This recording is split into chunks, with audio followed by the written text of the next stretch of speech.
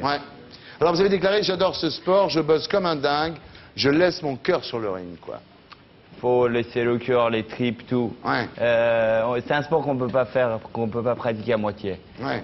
Il n'y a pas de triche, tu le fais ou tu le fais pas ou tu restes à la maison. Ouais, ouais. Moi j'aime ce sport-là et donc je le vis à 100%, comme je vous dis, de la pesée jusqu'au combat et la victoire parce qu'à chaque fois on gagne pour l'instant. Ouais. C'est vraiment une fête. J'attends là aujourd'hui, j'attends le 25 juin mon prochain combat. Bah oui. Alors avant le match, vous avez déclaré, si je perds, j'arrête. Et après le match, je savais que j'allais gagner.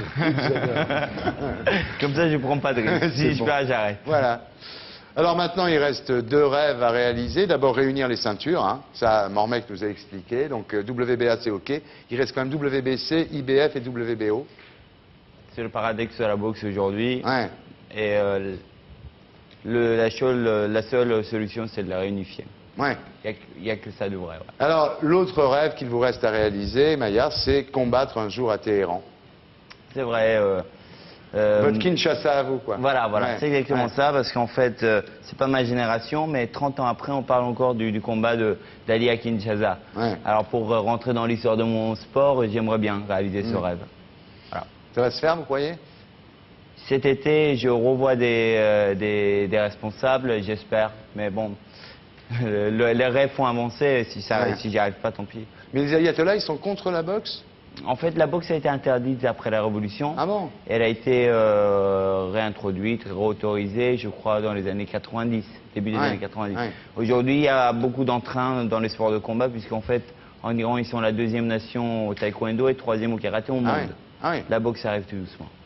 Alors vous êtes né en Iran, donc à Téhéran en 1975.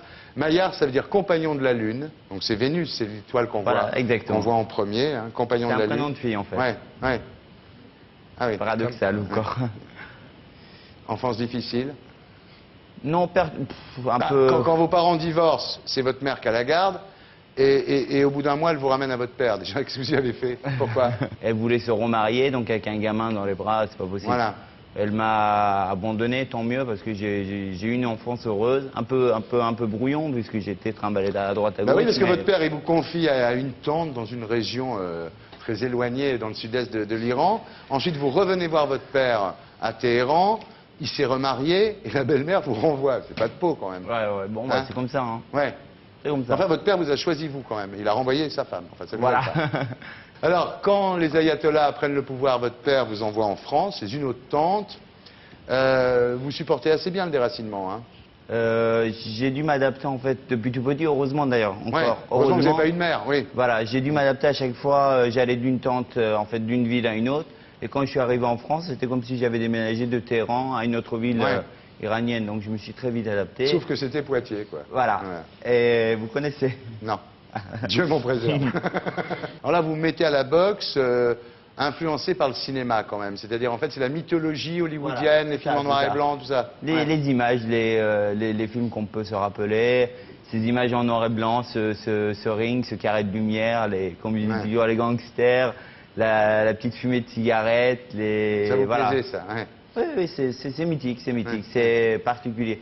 Vous avez tous, je crois, chacun de nous, on a enfin de vous, parce que mes parents n'étaient pas là, vos parents ou vos grands-parents qui allaient dans les salles de boxe en France. C'est cette époque-là, 1930-1940. Ça n'existe plus de la même manière. Vous dites, le jour où j'ai poussé la porte de la salle, c'était pour être champion. Vous vouliez être quelqu'un, quoi. Vous vouliez vraiment avoir un destin, quoi. Tous ceux qui sont partis de chez eux sans racines, ils me comprendront. Maillard Monchipour, ça ne veut rien dire. Aujourd'hui, bon, il y a une petite partie de la population française qui me connaît parce que je suis devenu champion du monde. Si je ne l'étais pas, Maillard Monchipour, c'est barbare, c'est bizarre. Maillard Monchipour, ça veut dire quoi? J'ai même pas de racines, je suis même pas algérien, ni j'en sais rien, malien. J'ai pas de racines avec ce pays, j'ai pas de passé. Donc pour exister, il fallait que je me débrouille, ça a été le sport. Ouais. En 2002, quand vous êtes champion de France, vous dites, ça y est, c'est la reconnaissance définitive du fait que je sois français, quoi. Voilà, c'était donc, j'étais naturalisé un an auparavant, mais il n'y avait rien de concret pour moi. Et un jour, on m'a mis une ceinture, il y avait marqué champion de France dessus. Et à cet instant-là, je suis devenu français. C'est un acte. Et alors, dans la bagnole, sur le chemin, comme ça, de la salle d'entraînement, vous répétez la Marseillaise et vous dites, ça me file les larmes aux yeux. À chaque fois, en fait, je m'entraînais pour mon championnat du monde où j'étais sûr de gagner. C'était le 4 juillet au Futuroscope 2002. J'étais persuadé que j'allais gagner. Et je m'entraînais parce que je m'étais dit, pareil, acte symbolique. Quand on te remettra la ceinture, chante la Marseillaise pour refaire un signe aux gens en France. Ouais. Je l'ai chanté faux, mais bon, il y avait l'émotion qui était là. Alors vous êtes retourné en Iran, vous avez retrouvé votre mère, mais vous dites qu'elle n'existait déjà plus pour moi. Oui, oui, oui, bon, elle a fait un choix, hein. Elle a fait un choix, elle a voulu vivre sa vie, moi aussi je vis la mienne. Ouais. Je suis très bien comme ça en fait. Alors c'est quand la prochaine, le 25 juin? 25 juin au Futuroscope, retour aux sources. Ah là là. Contre qui? On ne sait pas encore, je vais bientôt avoir l'adversaire, je crois que c'est encore un Asiatique, pour me faire combattre bientôt en Asie ou au Japon. Armand Chipour, merci. Et bonne chance pour le 25 juin.